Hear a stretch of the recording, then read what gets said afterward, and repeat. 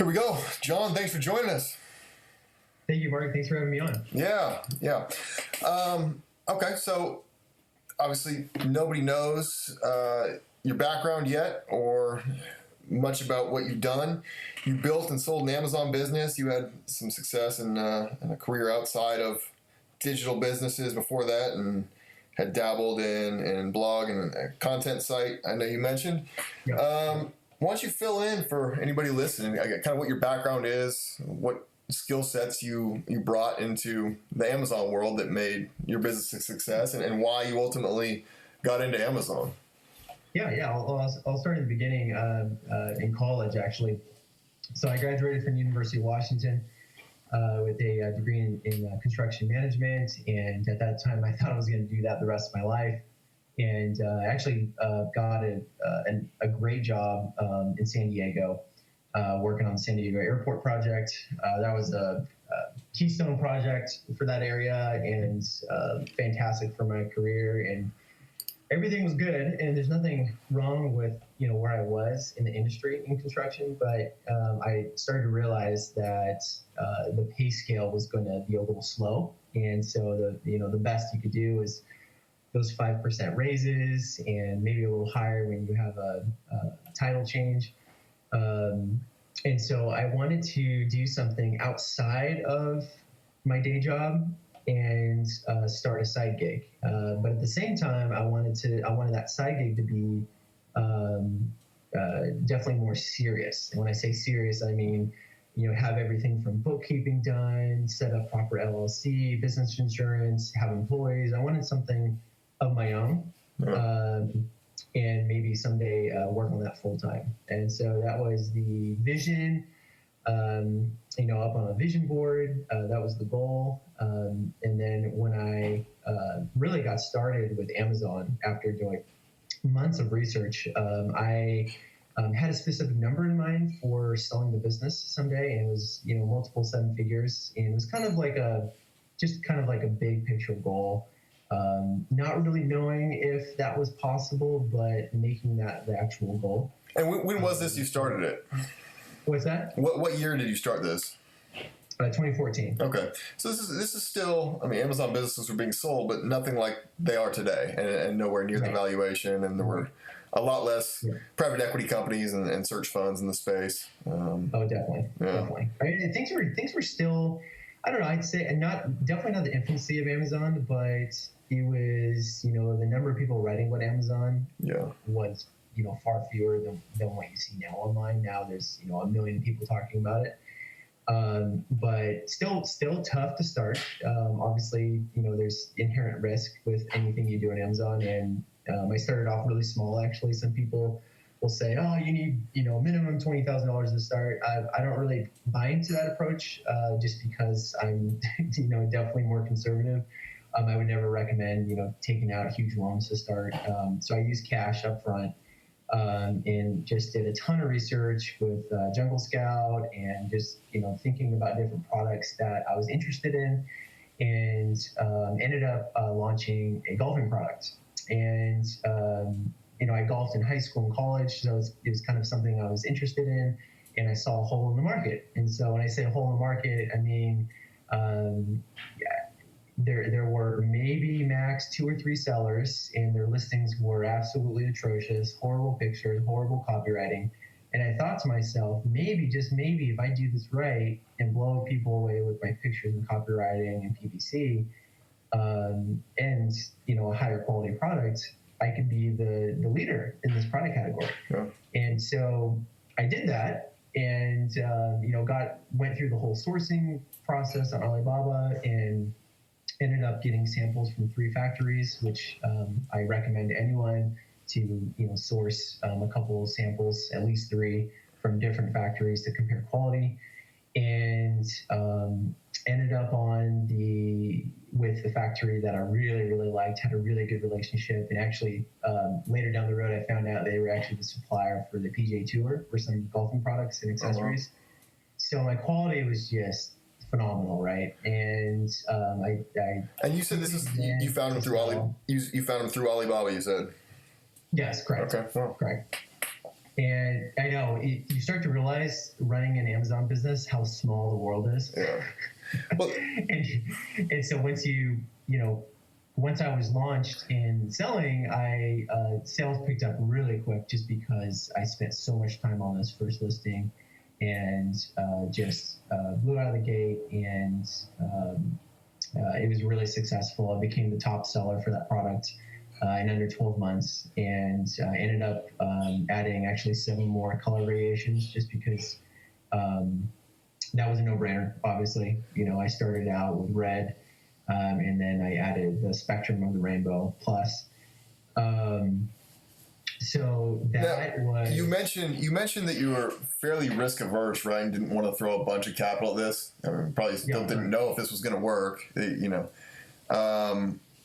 There's a lot of people, I think, who are hesitant to get into this because they realize that there's a lot that they don't know. Sure.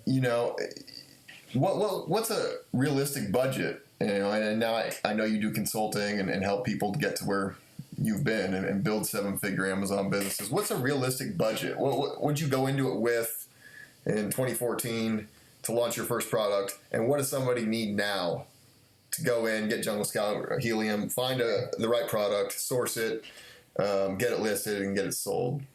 Yeah, so I started with $5,000. And that was for everything from sourcing the product to, increased inventory pretty quickly because I ran out of stock pretty quickly, and shipping costs, PPC costs. But now it really depends on the product, obviously. I mean, if you're going to do a test order of 250 units at $1 a piece, you're looking at $250 plus, whatever the shipping cost is. Yeah. So it's very dependent on the unit cost. But the initial investment, I'd say, 5,000 is like the very bare minimum I recommend, just because you have so many other places that you're going to have to spend money. Even in a low competition niche for low price product, I think $5,000 is still the minimum of what somebody getting into the space would need. Oh, for sure. And for some products, it's 10 times, obviously a couple $100,000 minimum. Yeah. I mean, so one of the things that, people don't think about, and I definitely wasn't thinking about, but this is what I tell my clients now is, now, it's really rare to find a product category where there's only a couple sellers. And they still do exist, but the issue now is you need to be able to rank for those top selling keywords. Yeah. And to do that, that's going to take some money up front. And so I always tell my clients, just be prepared to be in the red for a little bit, because ranking with PPC takes time and it takes money. Mm-hmm. And it also depends on, how aggressive you want to go into a category. If you have 10 sellers, they have, thousands of reviews, it's going to take some serious money. So it totally depends on the product category, the cost of the product, but definitely minimum $5,000. And the more money that's available, that's not going to affect your life. I definitely recommend investing just because you're going to be able to grow it faster. Mm-hmm. So, for example, I started with $5,000 in my first year, just because I was so conservative and scared. I did just under $150,000 in sales. Mm-hmm. And, quickly grew that obviously in consecutive years, but, it can be as slow as someone wants, or it can be as fast. So that's really comes down to the risk tolerance of the individual. And nowadays, what's a margin? I guess what's a net margin on a product like that? If somebody did $150,000 in sales, you think they're probably bringing home 20-25%? Yeah, that's what I was bringing home. Actually, my average was right around between 19 and 20% over the history of my business. Yeah. And that's net profit. So that's all expenses included. Sure. For all the different product lines.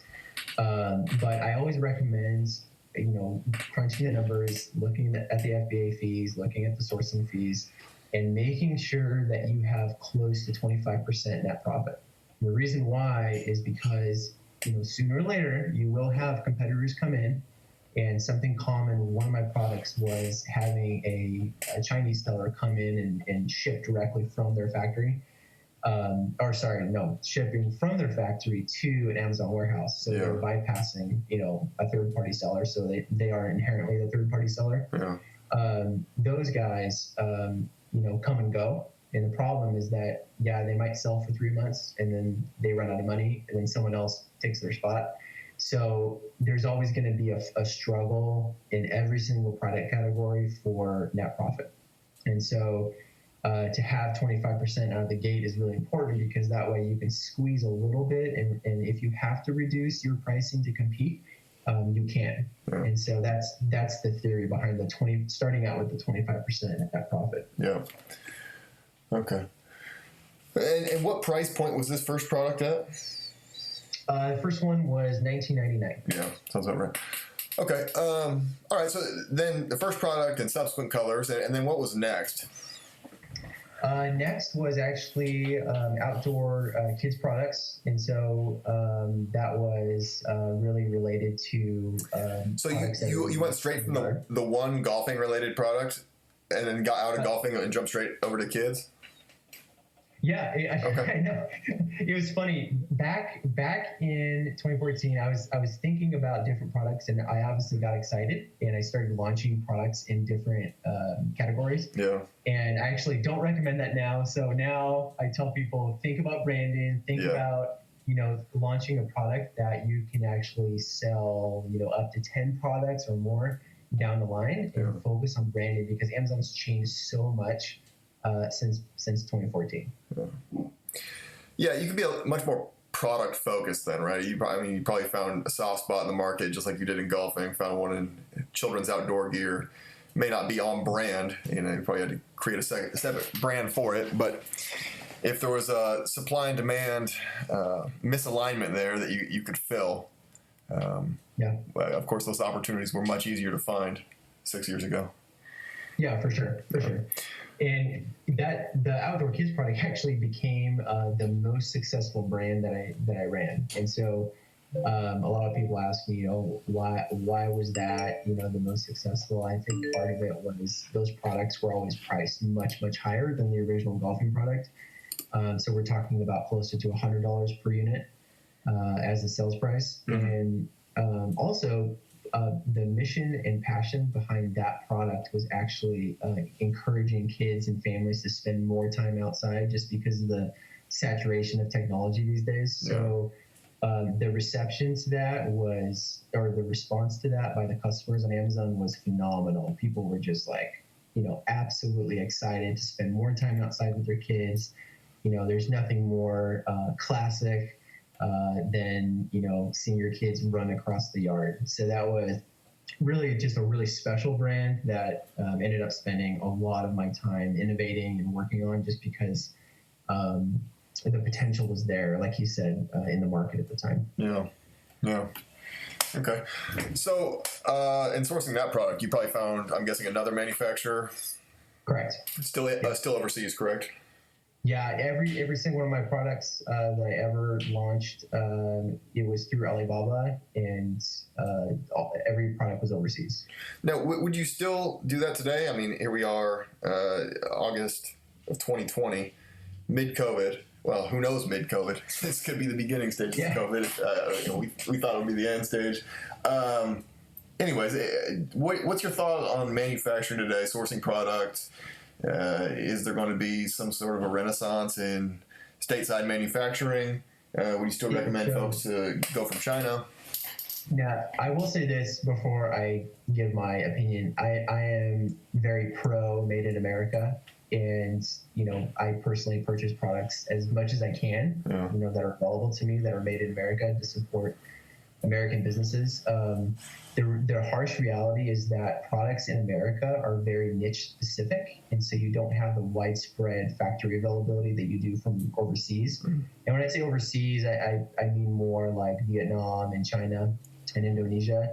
So that's just the reality of the market, and there's more and more factories coming back, but they're very, very high tech. And I'm sure you heard, the new Tesla plant is going to be built in Texas.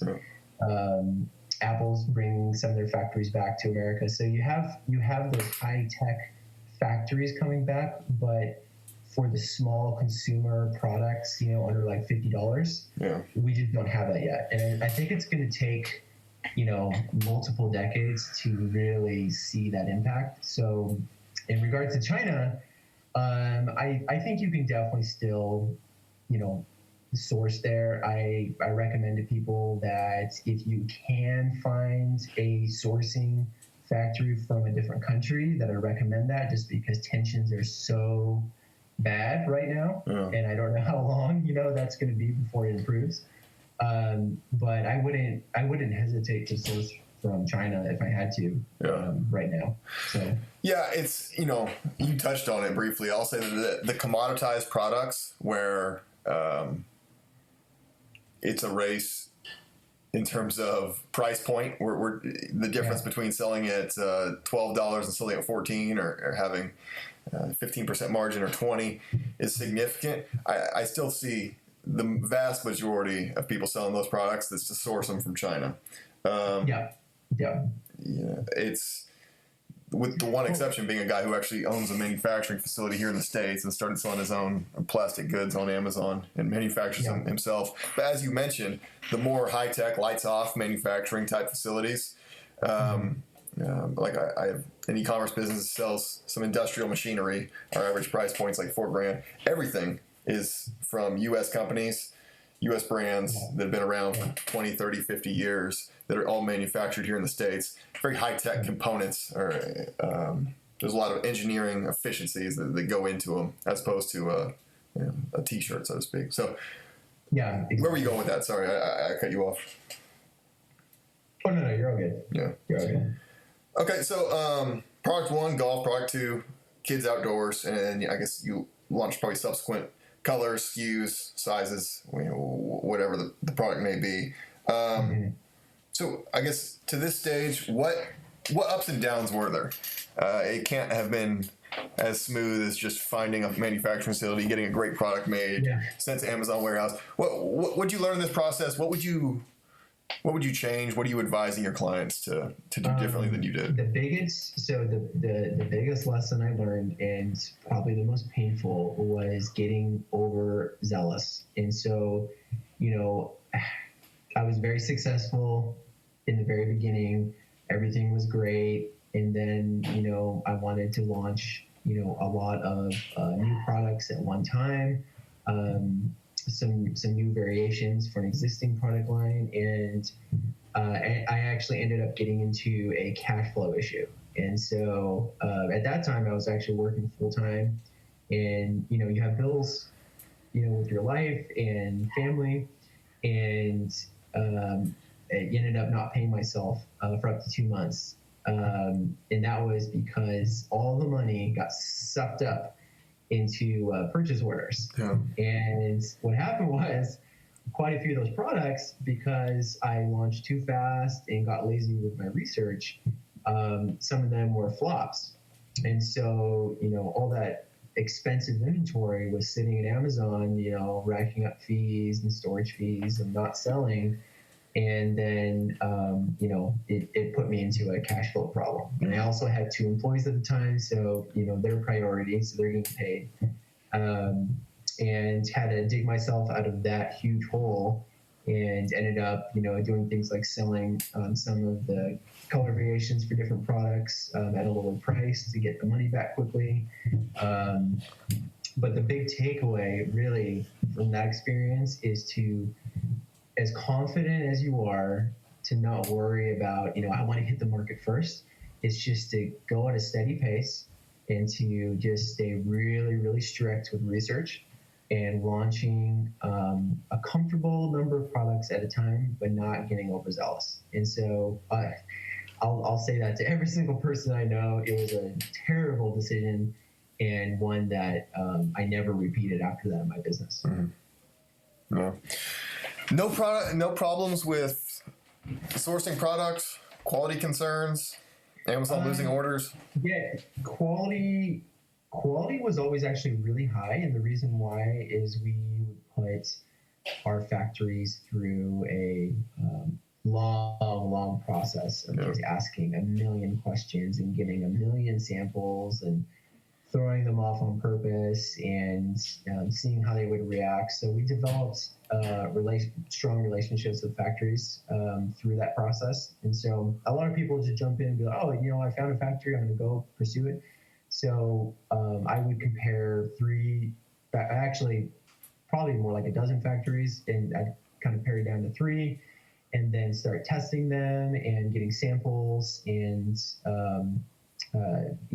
having them indirectly negotiate on pricing, mentioning to one, I'm getting better pricing from this other factory. And there is, a specific process for that, and it's long and it's not easy, but it actually kept me out of quality troubles throughout the length of my business. So that quality control wasn't really a big problem. That, believe it or not, one of the big issues I faced was actually Amazon screwing up my inbound shipments. So, I had a strict process for labeling with my factory, everything down to confirmation pictures of my factory. So everything was great, down to the SKU labels, down to the FBA labels for the cartons. But when it came to Amazon sometimes would scan things into the wrong bin. And so Amazon would blame me and say that you have, done all these like incorrect labeling, and which wasn't true. So that was actually a struggle on the Amazon side. Yeah. So that wasn't related to the factories. Huh. So, okay. Back to, I guess, your trajectory. So product 1, 2, launch too quick on a couple of products, never sacrifice quality. Thankfully, that's a mistake I think a lot of FBA sellers make. Something I hear a lot of is product issues, quality concerns, changing manufacturers. So you did your due diligence for a while on the manufacturers and didn't have quality concerns on that. Now, you probably use 2 different ones. Is that correct? Use one for the golf product, one for the outdoor gear? Yes. Okay. So for each brand, I had a total of 5 factories, 5 successful brands. 2 of the brands didn't work out, so I worked with 7 factories, so 1 factory per brand. Okay. So what was next? Golf product, and then outdoor gear. Oh, God. Got into athletic workout gear, mainly accessories that you attach to the workout equipment. And then after that, got into office supplies, mainly focused on things you post up on walls. A lot of the products that I sold were really popular with homeschooling families and teachers and small office spaces. Now, to launch these products, you mentioned previously Jungle Scout. Was that still what you looked at now? You're just looking to for a certain amount of supply, poor competitor products. You think you'll be able to rank fairly early on, and then you source the correct product at the correct margin. Did you have a certain gross margin you were looking for at this point, or you just still forecasted what your net margin would be and wanted to make sure that was at least 25% profit margin? Yeah. Now, obviously, during research with Jungle Scout, it's never an exact science. So Jungle Scout's just a great tool just for looking at, forecasted revenues. And this is where there's a lot of people don't want to put in the time and effort. You really have to take all the data and all the research that you did from Amazon and Jungle Scout. And now, I highly recommend Fluent 10, but you take all that data and then you have to go to Alibaba and find a factory. And, it doesn't even have to be your top factory. You just need to get some quotes. So you put out an RFQ and, you put that out there, and then you'll have a lot of different offers from factories. And then that way you can kind of average out the unit costs that you're getting from the factories. And then take that, and you're going to have to do some number crunching to kind of get your rough net profit for that product. So, you're looking at what you think you could sell it for, where the competitors are selling at, and now you have an estimate of what you're going to purchase it for. So we have the gross margin there. And then I'm assuming you're just trying to build some sort of model or pro forma and thinking, what's my conversion rate going to be? How much is it going to cost me in PPC? And then my overhead fees, returns, et cetera, pick and pack, shipping. And you just put it in probably a Google sheet or Excel sheet and make sure that you're in the 25% net margin range. Assuming all your numbers are correct, and there's obviously going to be some margin of error. Yeah, exactly, and that's kind of the rough process, and that's that again takes a lot of time and a lot of research, but it's so helpful because I was I had probably close to 80% success rate with my products just because I did so much upfront research and so much number crunching to make sure that I wasn't going into a landmine. And obviously, sometimes there's things that don't work out. One product that I sold, all the numbers look great, and then right when I launched, there were probably close to a dozen sellers that showed up out of nowhere and just undercut my pricing. So I couldn't gain any traction on that product. So those X factors are very real, and as long as you have really good research, you're just going to have to deal with those X factors, because with strong research and number crunching, that's going to keep you out of trouble for the most part. And also I think just being intuitive on finding a hole in the market is really, really important. Just thinking, okay, can I go into this market and become the number one seller? And you just got to ask yourself, can I fix all the negative reviews of the existing sellers? Can I do something different to make my product better? Can I add bonus items? Can I, make my pictures beautiful? And so all those questions have to be asked, because you never want to go into a product category and be like, oh, you know what? I'm just going to go for average. Well, guess what? Sharks will show up and take you out. That's just how it works. And so you have to go in with, I'm going to take over this market. So every product that I launched outside of the first golfing product, well, I guess the golfing product was the number one seller, but I had that vision in mind for each product launch of being the very best across the board. Yeah. Okay. So subsequent launches in a couple different categories, right? Now, how you selected these categories, I mean, we addressed Jungle Scout, but were these all passion projects? Were these things you saw? I mean, you mentioned. Yeah. These are all products that I was really passionate and interested in. Yeah. And part of that is just it kept me going back for all the dry research, all the boring, I call it the boring stuff, and just the idea of selling something in the men's leather goods category was so exciting. Just the ability to sell something that I'm personally interested in and sell it to other men who just love the product, and that definitely got me through the really boring research phase. And not everyone's designed that way. That's clearly how God made my brain. I have to have interest in it for me to succeed in it. And some people aren't wired that way, and they could sell something they have no interest in. They just care about the net profit, and that's their passion, and that's totally fine. But for me, I had to do something that I was interested in. So I didn't really look at products that I didn't have interest in. Yeah. I should have brought this up earlier, but you mentioned your background was in construction. Were you an engineer by chance? I mean, what was your job in the construction? I'm trying to see what skill set did you bring into this that made it successful? Yeah, because you seem to understand the quantitative aspects. A lot of people have different ideas what that degree entails, but construction management, you are managing people first and foremost, and then you're managing scheduling, and you're managing a lot of the accounting.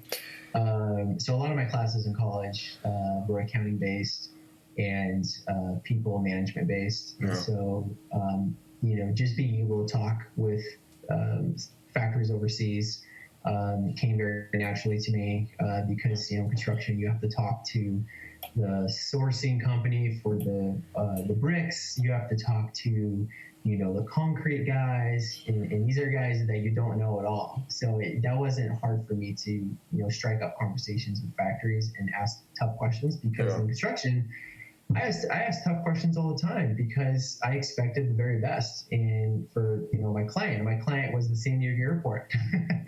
So making sure that quality was 100% on point was something that I managed all the time. And so I think a lot of that did help me be successful. So so you had some process and I mean, that's really process expertise, I think, in terms of almost in a general contracting role and organizing who's doing what where. You know, you may not have understood sourcing products from China, but you understood who's showing up on a job at a certain time and what needs to be accomplished before the next step can be taken. I always think that people coming from an engineering background have a big advantage. I don't see many engineer career changers, although, you know, I hope COVID will actually encourage some more people to step into this field. But yeah, I think, you know, that background has, and then the understanding of just how a basic income statement works as well. You know, I've been surprised how many people don't understand the basics of business and that $1 of sales doesn't equal $1 in profit. Exactly. Yep. Yeah. Okay, so that's your background. Okay, so I pulled you off track. Go ahead, back where you were. You were scaling products from China, subsequent brands. At what point, you know, did you think you were going to run this forever? I know you mentioned that you started it with the idea of selling for multiple seven figures. Yeah. I get to click on that. Gosh, so that was 2018 when I reached out to a broker. And I was forecasted, like I said, to do close to $7 million in 2018. And that put me in a very special place with my business because I was kind of in the spot where I was kind of forecasted. Well, at least I thought maybe that I would hit that number that was on my vision board when I first started my business. Yeah. And it was. So the broker came back with very encouraging numbers, and I was just blown away that it happened so quickly. Right. So this is under 5 years of running Amazon business. And now this is. It came back with encouraging numbers. Was this a valuation, or were you already on the market and were getting indications of interest? Evaluation from them on their estimate as to how close I could get. Yeah, and it was right in the ballpark of the number that I wanted to sell for. Yeah. So for those who are not familiar with the sales process, it typically starts with some data gathering on behalf of the broker, both. You know, what I do, my partners do, and other companies, and you used another company, is gathering data, and we give the seller basically an idea of a timeline, what type of deal structures they can get, and what type of valuation they can get, along with certain other details. Do we think it's going to be an asset sale, a stock sale? What type of lawyers will they need to retain during the process, depending on what country they call home, what their taxes may look like, and there's a number of caveats that go into it. Will it be an asset sale? Will it be an equity sale?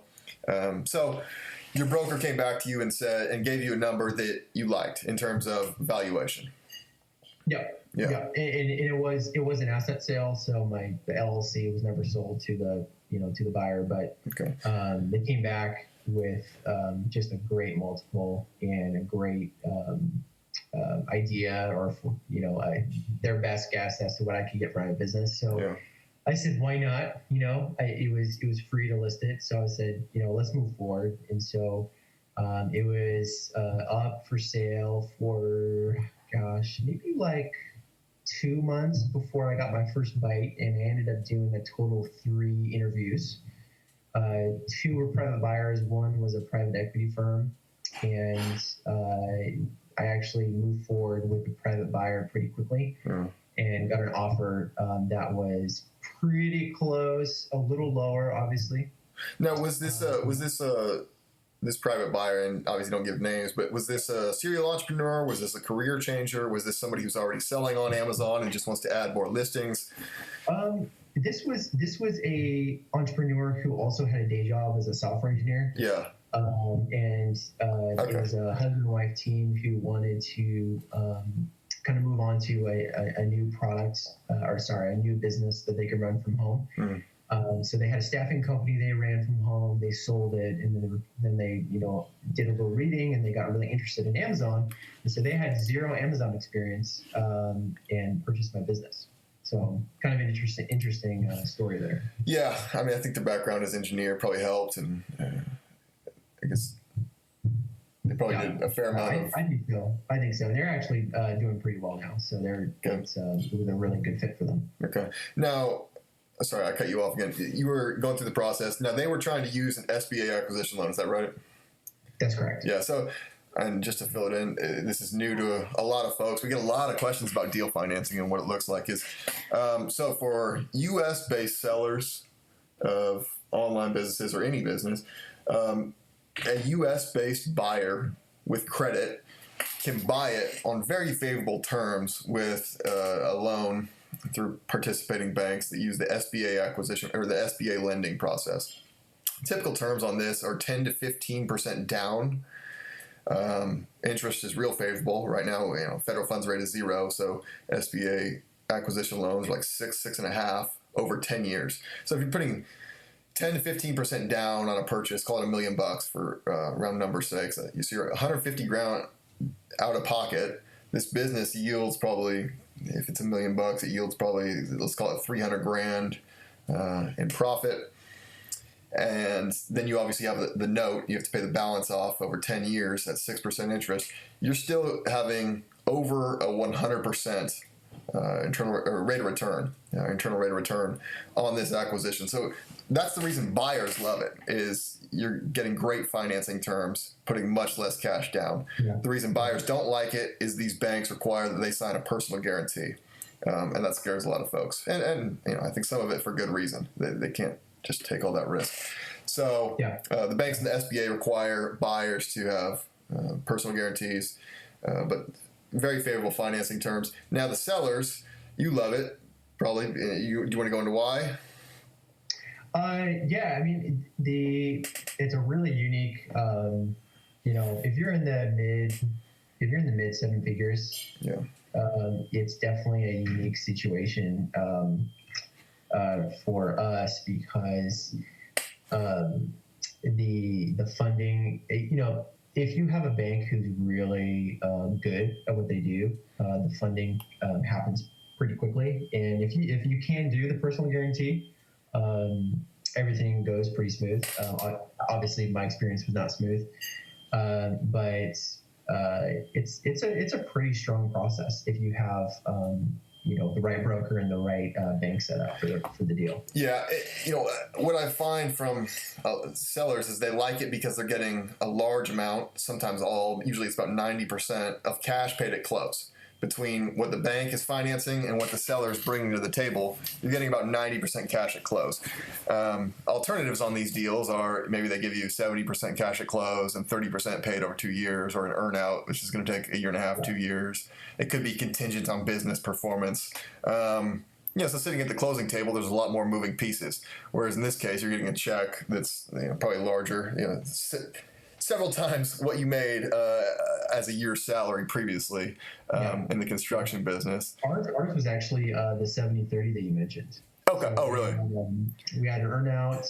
Earnout was 15%. The seller note was 15%, and the rest was upfront in cash.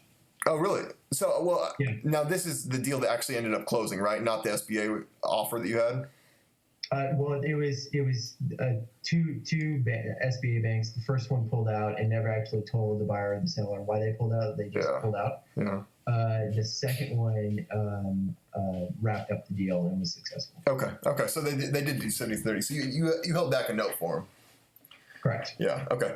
Now, just for people who are new to the SBA process, the SBA max acquisition loan size is $5 million.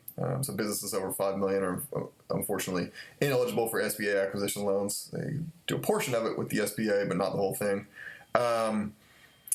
And the loan amount for any one buyer is capped at 3.75. So say you were still, you were going to buy a business at $5 million. Well, you'd have to put in, $1.25 million and get the other 3.75 financed by the bank to get the largest SBA acquisition loan possible. Just to color that process in a bit. Now, you mentioned it goes quickly. I guess quickly is all relative. Yeah. Some people think you're going to get a check next week. It's not. We tell people a minimum of 60 days, and most of the time it's closer to 90. to get these things closed. So these are not quick closing products the way a home loan might be from somebody who's pre-qualified. It's somewhat of a process, and as you mentioned, banks pulled out. The thing that makes digital businesses harder to lend against is the lack of collateral for banks to go and seize. If I'm buying a place with a local business that has equipment and real estate, well, if I'm bad at running the business, they can go and seize that real estate and that equipment, sell it, and get the vast majority of their money back. If the buyers are bad at running an Amazon business, and they don't source product properly, or they don't do proper quality control, the lenders. Go ahead. That was actually one of the issues that we had. Both banks asked for they demanded a document that said, if we go after your inventory, Amazon will release inventory. And I'm like, okay, first of all, that document doesn't exist. Yeah. So here's the frequently asked questions page at Amazon.com, but good luck. Yeah. And so we did that, and the bank, was fine with it. But they were extremely paranoid about the inventory, not being able to liquidate it. Yeah. So that was kind of an awkward conversation that we got past through the process, but it was pretty funny. Yeah. There's always some DD requests, some that make sense, others that may not or may not exist, like in that case. Now, your deal structure, you mentioned it was an asset sale. Was this, typically what we do, I'll say, is there's an agreed upon price for the business, and then it's plus landed wholesale cost of inventory at time of close. So at time of close, we'll calculate what you have in FBA warehouses. It's $75,000. Well, then typically we have the buyer hold back $75,000 in an escrow account until it sells and transfer to you. Was that similar to the process you went through, or no? So we did, think back, we did 500,000 in inventory that we had in our warehouse or shipping, that we agreed upon with the buyer, that we would hand over to them. And then to make the buyer comfortable, he also wanted to see another 250,000 inventory that he paid directly to us for. Mm-hmm. So the amount of inventory we provided for the deal was 500. Okay. So that's a fixed asset purchase. Okay. Now, did you guys do some sort of working capital adjustment at close, so where if you actually had 512,000 in here, he'd pay you back the balance, or do you remember anything like that? Or okay. So it was actually over. I think it was over by. I think it was less than $10,000. So it wasn't anything crazy. Oh, perfect! You hit it on the head. Yeah, so that's good forecasting. Yeah, it worked out really well. Yeah, so it's a basic working capital adjustment. A lot of people ask, I'm trying to answer the questions we get from a lot of Amazon sellers as far as how it works. Okay, so the first bank pulled out. The sellers, you're the seller. The buyer's still interested. You're still interested in working with them. You guys had still had terms that you agreed to, and then so you went through a different bank that still used the SBA program. Right, so the Small Business Administration, but through a different bank. Correct. Okay. And they, I'm guessing, had their own DD request list. Was it very similar? Was it different? And what did that process look like? How long it took? It was a little different, but very, very similar. Okay. This second bank was much more e-commerce focused, and so it was much smoother with the second bank. Yeah. Do you? You don't have to say the bank, but it would help a number of people out there. I'm sure there's no contingencies in place. Do you mind saying the bank, or you want to hold that? To be honest, I have to look at my contract. So. Yeah, okay, that's right. I don't want to put you in between a rock and a hard spot. There are some good banks out there. Live Oak Bank does a good job. We use actually a SBA broker who goes through a number of banks. Who takes a percentage from the bank, so it actually doesn't cost the acquirer anything to use it, and we've had success using him. There are Main Street banks that can do it. If you already have a relationship with your local Chase or Wells Fargo, they'll tell you, yes, we will do it, and yes, because they want first crack at it. not always are they the right option. Not always will they understand actually what they're lending against or how online businesses work. I think they all understand how a corner store works, how a restaurant works. It's a shorter list of companies that are comfortable lending against digital assets. Okay, so you want to go from there? I'm sure there was some sort of a training process. It's customary for the seller to make it a warm transition and stay with the business for a period of time and train them. Yeah, exactly. So we started in the due diligence phase, and we had to redo some of the due diligence with the second bank. So it was just more documentation and looking at tax records and looking at bookkeeping, and also to note all of our brands I sold under one Amazon seller account. So that was on purpose for selling someday. So it was extremely clean for the exit. So I recommend that to anyone else. If you're looking at selling your business someday, don't commingle. At least don't commingle brands that you don't want to sell. Correct. Just so all the reporting is tied to your one exit. That's a great point. Now, did you? Sorry, I interrupted you again. Did you have you had a bookkeeper the whole time? Did you have CPA? Yeah, okay, you had CPA compiled financials. I was going to say that makes the process so much easier. Some people think they can just come to the table, give us access to their Seller Central account, and 2 weeks later it's going to be financed. If you have a sizable business, you're going to sell for 7 figures. It's worth it to go see a CPA, pay a couple $1,000. They're probably going to end up saving you money anyways, and get CPA compiled, accrual-based financials. Yeah. Yeah, 100%. So our CPA was actually fantastic. He's focused on e-commerce as well. So we did a little bit more of due diligence. Do you want to give him a plug? What's that? Do you want to give them a plug? Whoever he or she is. Oh yeah. It's a company out of Dallas. It's called IF Cares. Mm-hmm. Absolutely fantastic. Byron is the owner of the CPA firm. Yeah. There's actually there's quite a few large Amazon sellers that use his company. Mm-hmm. Okay. Well, while we're at it, we use, we don't use, it's for e-commerce businesses, Catching Clouds, Scott Scharf and his team, I think it's catchingclouds.net, do great work. All his clients, I think, looked at a couple of businesses that he's worked on, e-commerce focused shop. They do Amazon and as well as direct to consumer. So another company that folks can look at. So go ahead. So we had a little more due diligence, and we got through to the point where we actually allowed the buyer of the business to have read-only access to every aspect of our Seller Central. Mm-hmm. So that was for him to not only learn the Amazon system a little bit, but that was actually to log his IP address from his computer in his state where he lived, to avoid any IP confusion when you transition the business to somebody. And so there was some back and forth there, and then there was some final negotiations on the total inventory.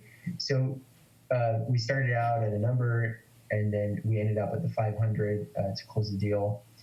We retained a lawyer probably at the halfway point, just to review documentation and act on our behalf. Mm. And there was a million pieces of paper to sign closer to the end of the close. But really successful. The most stressful was probably the last week.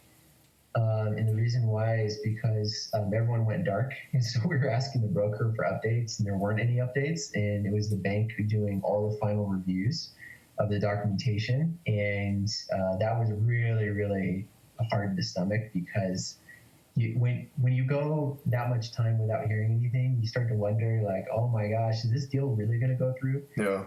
And the day of the sale, we got a phone call from our broker saying congratulations. And a couple hours later, saw the approval from the bank come through, and then the final check go through to the bank account. So that moment was pretty surreal, just because you go 8 months and you start to get a little weary of the whole process, and you start to wonder if this is ever going to happen. But thankfully it did, and seeing the money deposited was a very emotional moment, and extremely relieving. Yeah. At the same time. Yeah. Excellent. So, I mean, you built it with the plan of selling. From the point you got to, from nothing, you put $5,000 in, to the point where you sell it for a few million, is 6 years. Is that right? 5? Under 5 years. Under 5 years. Okay, so that whole process. What are a few key takeaways? Don't be scared to use some lending for your business over time.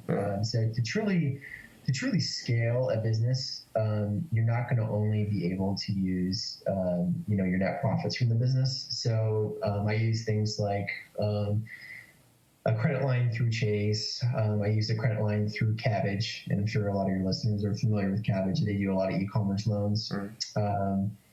And so, as long as you aren't doing anything crazy with that money, and you're being really, careful with your research and spending the money on inventory, that can scale a business very, very fast. And that was one of the, biggest factors for being successful, was a combination of using some lending and then reinvesting the vast majority of profits back into the business.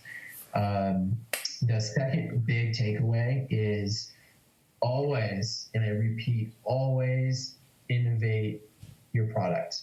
And what I mean by that is, just because you launch a product and it's successful out of the gate, there are always ways that you can improve your product. Now, your listing, you can maybe improve your copywriting a little bit, you can improve your pictures a little bit, but to really focus on your product, whether that's increased quality or a unique aspect with the weather. So, for example, one of my outdoor kids products, I added a very specific high-grade UV liner to it, and the reason why is a lot of the other sellers were having issues with the sun just ripping apart their product within a couple months. And so I was like, well, there's got to be a solution for that, right? And it ended up improving the material of the product. But always doing things like that, all the way down to the packaging. So, creating an experience for the customer, not only through the quality of the product, but also through the packaging of the product. And a lot of people don't think about packaging. They just think I can, sell on Amazon in a poly bag or a box, and that's fine. But just creating beautiful packaging and everything down to the presentation of the packaging, and in branding, if you use, some tissue to protect your product, when the customer opens up the package, maybe put your brand on that tissue. So there's all those little nitty-gritty things you could do that a lot of people don't think about, but it ends up showing up in the reviews on your listing. And so other customers see, oh my gosh, like, high quality product, fantastic reviews, and they have amazing packaging. And so we had a lot of customers that actually mentioned that. They're like, wow, this seller, spent a lot of time and energy on the packaging.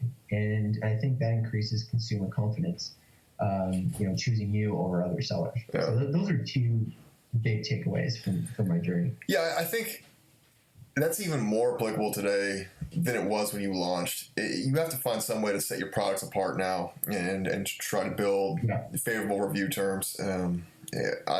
If you're not building a better product, you're just competing on price, and that's a race to zero. All of a sudden, you're going to be working on very tight margins, and you're going to have to front load a lot of inventory. Try to find some way to separate your product apart and make it special to your consumer, and get those reviews. I think that's a good point. Okay, so from start to finish, 5 years, and you're selling with zero experience on Amazon, and you mentioned you brought some experience to the table in processes, but you probably didn't know how to source product, how to work Seller Central or anything. You said you had good things to say about Jungle Scout, good things to say about Helium 10. Did you use any other third-party seller software? I know there's Seller Board. There's a few other third-party. Yeah. There's a couple that I used. Another product that I used was a software called SentryKit.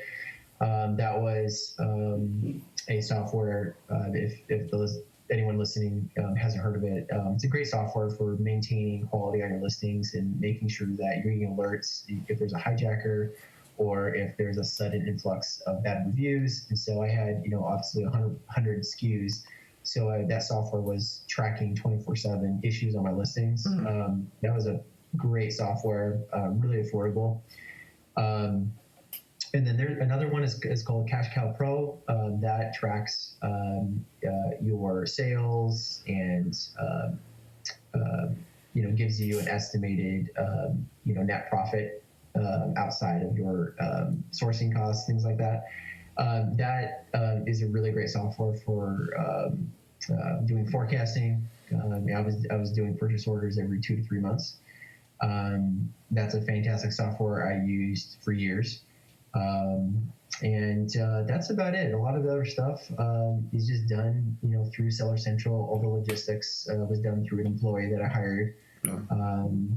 And then a lot of the, simple tasks like asking Amazon to remove a review that's related to Amazon shipping issues. Things like that, I would have my VA from the Philippines take care of. So hopefully that's helpful on the different things that I used. Yeah.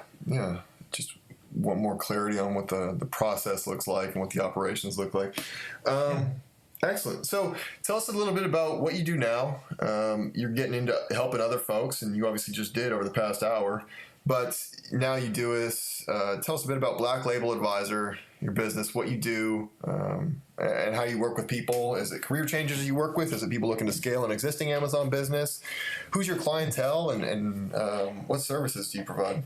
Yeah, so from running Amazon, I noticed that there were a lot of people who were selling consulting services, but actually, didn't have any Amazon experience to talk of, and that's always bothered me a lot. And a lot of consulting companies that are good also, will have a team of people who are faceless people that you talk to who also don't have Amazon experience. So what makes me different at Black Label Advisor is I kind of tailor my consulting to being one-on-one. So I'm the owner, and so any one of my clients I'm dedicated to for their business.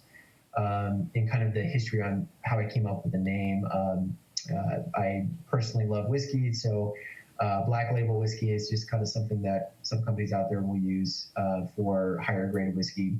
And the label is a reference to private label. Yeah. So I want to really give that elite VIP experience to my clients that is different than what you're going to get at a lot of consulting companies out there. And then in terms of who I work with, I work with people from all sorts of backgrounds and at different levels in the Amazon business. So if you're trying to, optimize your business and get your net profit looking better for an exit, I can help you with that, and I can definitely help you with advising you when you're starting out. And so I never tell my clients, I can promise you, I'm going to tell you what product to buy. I provide them tools and give them the advice that I learned from over the years, and I walk with them through that journey. So it's definitely a shift, going from selling products on Amazon to consulting, but through just the experience of training the buyer of my business and working with clients now, it's just something I really enjoy, and just the ability to help people avoid those pitfalls that I went through is if I can help people avoid that, that's wonderful. Excellent. It's from my perspective of selling these things, I represent sellers of e-commerce businesses and Amazon businesses. I think it's never been a better time to be a seller. It's more competitive in terms of building your business. I think you probably agree on that. It's much more competitive, but there's also more tools and more resources available to do so. A resource like your own is a big help. It's also, in terms of selling a business, these are far more efficient markets than trying to sell any other type of company. People selling restaurants, accounting firms, local businesses.